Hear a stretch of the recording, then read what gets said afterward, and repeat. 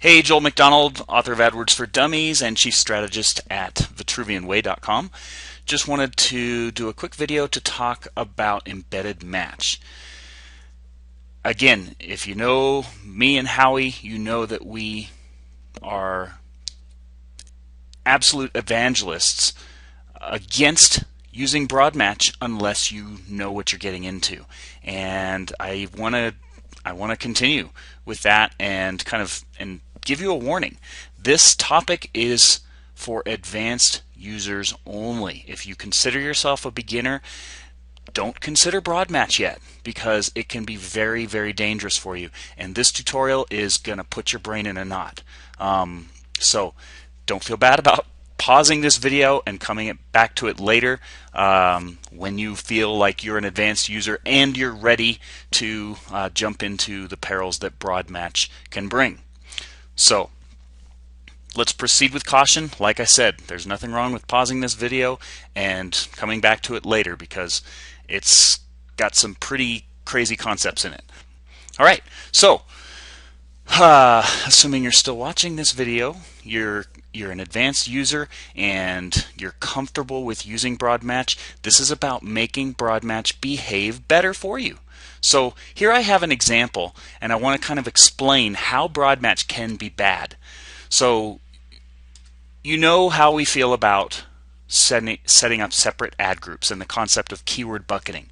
And this is kind of an example.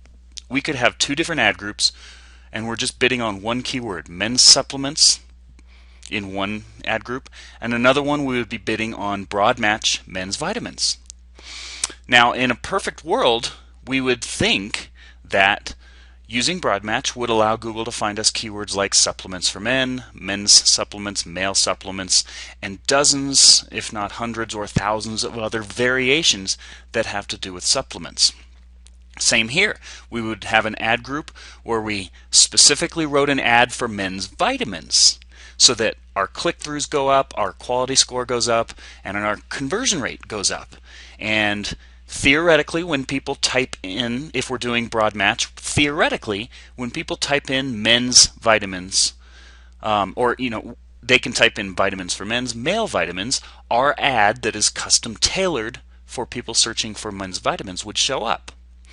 Unfortunately, that's not true. Broad match is extremely, for lack of a better word, reckless with how they serve up ads.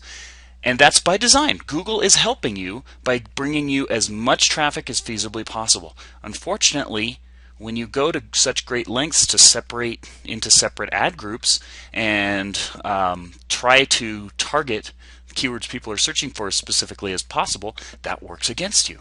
Because this is more like what broad match does. So again, we're using regular old broad match. We're just bidding on men's supplements, that one keyword variation in our broad match ad group for men's supplements. And this one we're only bidding on men's vitamins. But what happens is Google will serve up supplements for men, men's supplements, male supplements, probably like what we want. They will also serve up keywords as reckless as supplements. And that's a pretty dangerous and reckless keyword. You might not want that keyword. In fact, you probably don't want that keyword, because it's very untargeted and it's going to cost you a lot of money. And there's nothing you can do about it other than lower your bid on all of these good keywords, because it's getting contaminated with this. It goes even further, because remember, Google's job is to help you by coming up with variations of this. So even though we have two different ad groups with two different targeted ads and possibly two different targeted landing pages, Google's going to mess that up for us, because they will also serve up men's vitamins, vitamins for men's, male vitamins, all of those. Even though we have an ad group that we would rather deliver custom tailored ads over here with men's vitamins, Google is going to mess that up if you're using broad match. And vice versa. Over here, where you're bidding on men's vitamins, sure, you'll get some of that traffic, but you will also get other traffic that you don't want. So Google, in their own tutorials, has a way that they suggest, and this is the AdWords way that they do it. Basically, they would say that you would bid on men's supplements, male supplements, man supplements. So these would be the three broad match keywords. Notice I don't have any quotes or brackets around them. But then you would use embedded match to say, I want your help. I want lots of different variations of these keywords, but I don't want supplements. So this way you can actually use broad match, but you're telling them, don't give me the word supplements, because they would. You would be paying for that traffic. And that will help improve the efficiency. That step alone will help improve the efficiency of your account, because I would be willing to bet that this keyword might cost you, I don't know, let's say $10 per conversion, or $5 per conversion, or per lead, or per sale, or whatever. And if it costs $5, I almost guarantee that these keywords probably cost 2 or 3. In other words, this keyword is probably 2 or 3 times as expensive as these keywords on a cost per conversion basis. But if you're not using embedded match, that's not going to matter. You're not going to have control, and you'll be forced to have lower bids and lower rankings on these keywords that are very, very targeted, because of keywords like this that aren't targeted, and that kills your cost per conversion. So the AdWords way is to use embedded match and help curb that. So that's embedded match in its simplest form, which is kind of complicated, kind of hard to get your head around, but we actually take things a step further. The Vitruvian way of doing things realizes that broad match is a big crazy beast that you have to keep a leash on, because it can get very out of control. So when we set up an ad group, let's just ignore men's vitamins. Let's just focus on the men's supplements ad group. So what we do is encourage you to have 3 different ad groups, if not 3 different campaigns altogether. And in each of those ad groups, you would have exact match only keywords. In a different ad group, you would have phrase match only keywords. And then in a third ad group, which would be your broad match ad group, you would have broad match only keywords. But you need to take it a step further, because if you just separate them, it's not going to do you any good. Your broad match keywords will rob your exact match keywords of their efficiency, and it will just be a big mess. And broad match will contaminate all of the great lengths you've gone to come up with exact match keywords that perform well, and you'll end up spending a lot more per conversion because of that sloppiness. So what you have to do when you activate your broad match keywords is use embedded match, not just in the way that Google suggests. Remember, this is how they suggest doing it. But you have to take it a step further, because if you're bidding on men's supplements, you want to know exactly how that one keyword performs, because you will have certain keywords that perform through the roof, and you can bid extremely aggressively and beat your competitors.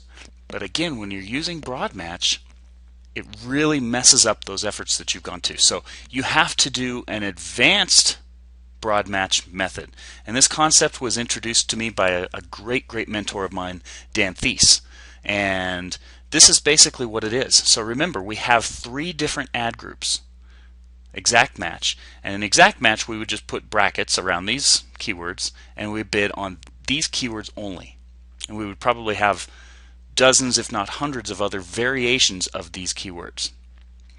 And then we would have phrase match, an ad group where we're bidding on those exact same keywords, but we have quotes around them.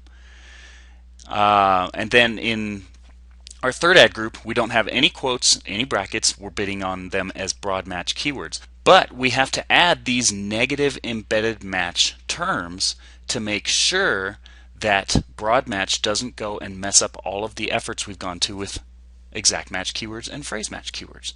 The whole idea here is, if you're bidding on that exact term, we don't need their help with broad match for that term. We want their help for keywords we couldn't predict. We want their help for keywords that have search volume that's too low to even bid on, like recommended supplements for men over 40. That might be a great keyword, but it doesn't have enough search volume to be able to bid on as an exact match term. So we want broad match to catch all of those keywords. But we don't want their help if we've already predicted what the keyword is. So that's why all of this is so extremely important. So it's kind of a weird concept. We're bidding on the keyword men's supplements, but we don't actually want that keyword itself. We want other keywords that we didn't predict. And this is how we do that, because we tell them, don't give us this actual keyword, men's supplements. Don't give us male supplements. Why? Because we're bidding on that in a different ad group that is dedicated to keywords that we already know convert. Those are our exact match keywords. Remember, broad match is just our catch-all to get traffic that we couldn't have otherwise predicted, or has search volume that's too low to even bid on it as an exact match term. And this embedded match strategy is how that can be done.